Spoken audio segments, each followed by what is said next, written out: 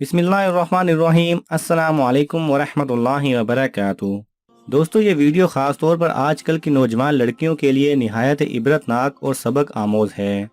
ये वाक़या हमें ये बताता है कि इस्लाम में औरत को किस हद तक पर्दे का हुक्म दिया गया है, आखिर इसकी अहमियत क्या है और बेपर्दा औरतों के लिए कब्र में किस तरह का खौफनाक अजाब है। तो ये इबरतनाक वाक़या जानने के लिए हमारे साथ वीडियो के एंड तक बने रहें।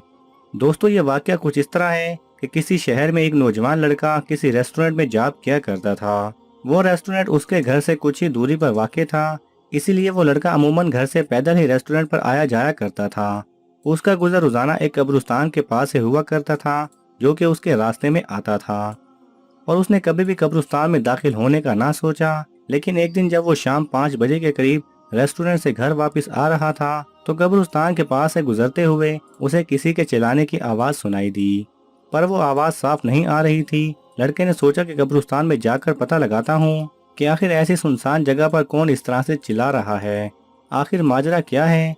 दोस्तों, उस वीरान जगह पर आखिर कौन चिल्ला रहा था और क्या माजरा वहाँ पेश आया, ये सब हम आपको इस वीडियो में बताएंगे। इससे पहले अगर आप हमारे चैनल पर नए आए हैं तो चैनल को जल्दी से सब्सक्राइब कर लें और इस वीडियो को लाइक करना ना भूलें। तो आइए दोस्तों, वापस चलते हैं किस्से की जानिब। तो दोस्तों, जैसे ही वो लड़का कब्रिस्तान में आगे की तरफ बढ़ने लगा तो आवाज़ भी साफ सुनाई देने लगी। लड़का मजीद आगे बढ़ा तो उसको मालूम हुआ कि ये आवाज़ दरअसल किसी औरत की है, जो कि चिल्ला चिल्लाकर मदद मांग रही है। वो औरत चीख चीख कर कह रही होती है कि कोई मेरी मदद करो और मुझे यहाँ से बाहर निकालो। मैं तुम्हें एक ऐसा सबक दूंगी जो कि आने वाली नस्लों के लिए मशाल राह बन जाएगा। अब मैं अपनी सलाह तो करने से रही, पर अगर मेरी वजह से नौजवान नस्ल सबक हासिल कर ले तो इससे बढ़कर मेरे लिए कुछ नहीं। मैं चाहती हूँ कि आने वाली नस्लें मेरे अंजाम को देखकर सबक हासिल करें और आखिरत में कामयाबी हासिल करें।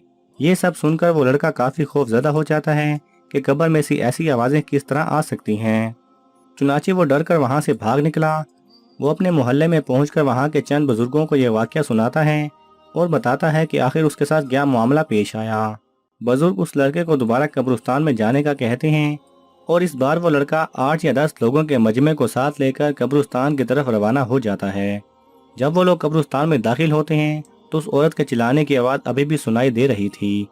चुनाचे चंद बुजुर्गों और वहाँ मौजूद आलिम लोगों ने यह फैसला किया कि इस औरत के पैगाम को लाजमी सुनना चाहिए।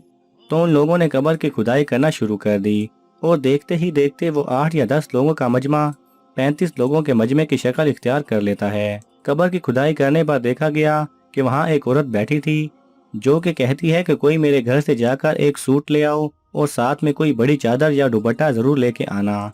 अगर कोई मेरे घर का पता नहीं जानता तो अपने घर से किसी औरत के कपड़े ले आओ, लेकिन साथ में बड़ी चादर या दुपट्टा जरूर लेते आना। ये सुनकर वो लड़का, जिसने पहली बार कब्रिस्तान से गुजरते वक्त औरत की आवाज़ सुनी थी, वो उसके घर का पता मालूम करने के लिए निकल पड़ता है और आखिरकार उस औरत के घर से एक पुराना सूट और बड़ी सी चादर उठा लाता है और आकर वो कपड़े उस कब्र में फेंक देता है। औरत वो कपड़े पहनकर कब्र से बाहर निकलती है और भागते हुए अपने घर की तरफ दौड़ने लगती है। वो सब लोगों को अपने पीछे पीछे आने का कहती है और अपने घर पहुंचते ही वो अपने कमरे की तरफ लपकती है और झट से दरवाज़ा बंद कर लेती है। अब लोगों की तादाद काफ़ी बढ़ जाती है और वो सब उसके घर बाहर खड़े होते हैं। फिर वो औरत सबको उसके घर में दाखिल होने की इजाज़त देती है। कहती है कि आज मैं तुम्हें अपने ऐसे इबरतनाक अंजाम से रोशनास करवाऊंगी जिससे तुम्हारी आने वाली नस्लें महफूज हो जाएं। क्या पता मेरा ये अमल ही मेरी बख्शिश का वसीला बन जाए। जब उस औरत ने अपने बदन से चादर हटाई तो सब लोग खौफजदा हो गए और सब पर कपकपी तारी हो गई, क्योंकि वो सब लोग एक निहायत ही खौफजदा और डरावना मंजर देख रहे होते हैं। उस औरत के सर पर एक भी बाल बाकी ना था और उसके बालों के साथ साथ उसके सर की चमड़ी भी मौजूद ना थी। उस लड़के ने सवाल किया कि तुम्हारे बालों के साथ क्या हुआ, जिस पर उस औरत ने बताया कि मैं जब घर से बाहर निकलती थी तो अपने बालों को संवारा करती थी और बाल ढांपे बगैर ही बाहर जाया करती थी, ताकि ज़्यादा से ज़्यादा मर्द मेरी तरफ मुतवज्जे हों और मेरे बालों की खूबसूरती को देखकर वो मेरी तारीफ करें। फिर उस लड़के ने उस औरत से पूछा कि तुम्हारे होंठ कहाँ गए। इस पर उस औरत ने बताया कि मैं अपने होंठों पर इस नीयत से लिपस्टिक लगाया करती थी कि ज़्यादा से ज़्यादा आदमी मेरी तरफ माइल हों और मेरे लबों की खूबसूरती को देखकर उनके दिल में ये ख्वाहिश पैदा हो कि काश मैं उनकी बीवी होती। ये सब मंजर देखने के बाद सब लोग इंतहाई खौफजदा हो जाते हैं, क्योंकि ये तमाम मनाजिर इंतहाई इबरतनाक और डरावने थे। صرف وہی لڑکا اپنی ہمت باندھ کر اس عورت سے باتیں کر رہا تھا جس نے پہلی بار قبرستان سے گزرتے ہوئے اس کے چیخنے کی آواز سنی تھی۔ اس کے بعد جب لڑکے کی نظر اس کے پیروں پر پڑی تو اس نے دیکھا کہ اس عورت کے پیروں پر ناخن اور چمڑی موجود نہ تھی۔ اس پر اس عورت نے جواب دیا کہ جب میں جوان تھی تو انہی پیروں سے غیر مردوں کی جانب بڑھتی تھی۔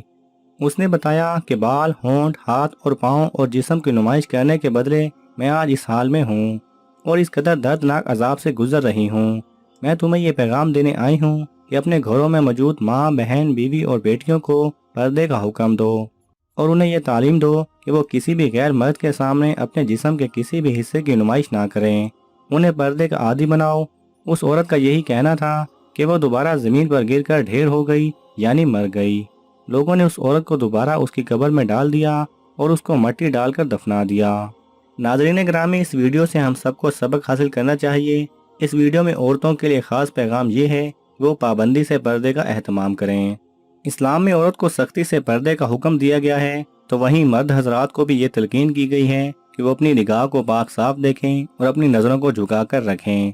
دعا ہے کہ اللہ سبحانہ و تعالی ہم سب کو عمل کرنے کی توفیق عطا فرمائے۔